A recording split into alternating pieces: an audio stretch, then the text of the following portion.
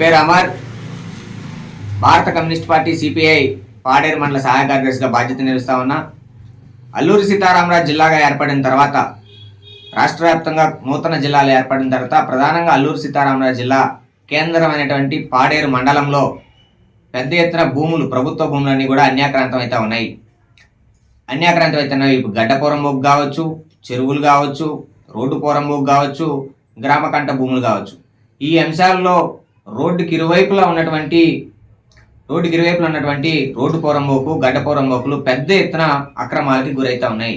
ఈ విషయంపై అధికారుల దృష్టికి తీసుకెళ్తే తాత్కాలికంగా ఆ రోజు ఫ్లెక్సీలు కట్టడమో, బోర్డులు పెట్టడమో జరుగుతుంది తప్ప అది 3-4 రోజులు 5 రోజులు గడిచిన తర్వాత ఆ ఫ్లెక్సీలు కానీ ఆ బోర్డులు కానీ ఎటు వెళ్ళిపోతున్నాయో తెలియలేనటువంటి పరిస్థితి.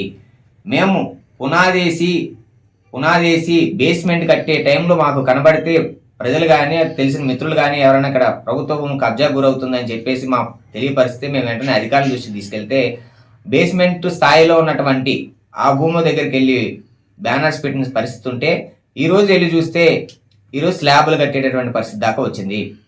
ఎలక్షన్ కోడ్ ప్రధానంగా వీళ్ళకి అడ్డుకొచ్చింది. అధికారులు కూడా ఏం మాట్లాడడానికి వీలు లేదు కాబట్టి ఎలక్షన్ అయిపోయిన తర్వాత చూద్దామని చెప్పారు. ఈ 2 నెలల కాల వ్యవధిలోనే వాళ్ళు స్లాబ్లు కట్టుకునే పరిస్థితి దాకా రావడం జరిగింది.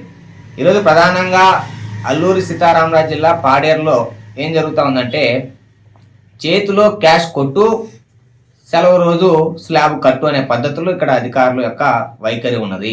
వీళ్ళే ఇంటర్నల్గా గైడెన్స్ ఇచ్చేది. మేము ఈరోజు సెలవు దినం కాబట్టి మేము రాలేము, మీరు ఈరోజు స్లాబ్ వేసుకోండి. ఇది వాస్తవం, అందరికీ తెలిసిన విషయమే. లెక్కలు తీసుకుంటే కనుక ప్రతి సెలవు రోజు మాత్రమే స్లాబులు పెద్ద ఎత్తున జరిగింది. అవి గిరిజనులవా గిరిజనేతరులవా అనేది సంబంధం లేని విషయము. అన్యాక్రాంతంగా చెట్టేటటువంటి, అక్రమంగా కట్టేటటువంటి నిర్మాణాలకు మాత్రం ఈ రకమైనటువంటి సలహాలు, సూచనలు ఇచ్చేటటువంటి పరిస్థితి. ప్రధానంగా ఇంకోటి ఏమంటే గ్రామ కంఠం భూమి రెవెన్యూ పరిధి కాదని చెప్తున్నారు, అది పంచాయతీ పరిధి అని చెప్తున్నారు. పంచాయతీ పరిధిలో కూడా గతంలో ఎప్పటి నుంచో ఆక్యుపేషన్ ఉండి, అసైన్మెంట్ ఉండి, వాళ్ళకి అసైన్మెంట్ నెంబర్ ఇచ్చి ఉంటే దాన్ని ఇల్లును కాస్త షాప్ రూపంలో మార్చుకునేటటువంటి పరిస్థితి ఉంటుంది. ఖాళీగా ఉన్న స్థలంలోనే ఈరోజు రోడ్డుకు హైవే వస్తూ ఉంది.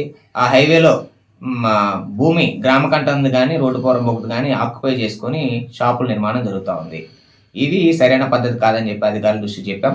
ఈరోజు సెంటు భూమి కూడా ప్రభుత్వ భూమిని కబ్జా చేస్తే అది చట్టరీత్యా నేరమే. దానిపైన అధికారులు ఖచ్చితంగా చర్యలు తీసుకోవాల్సిందే.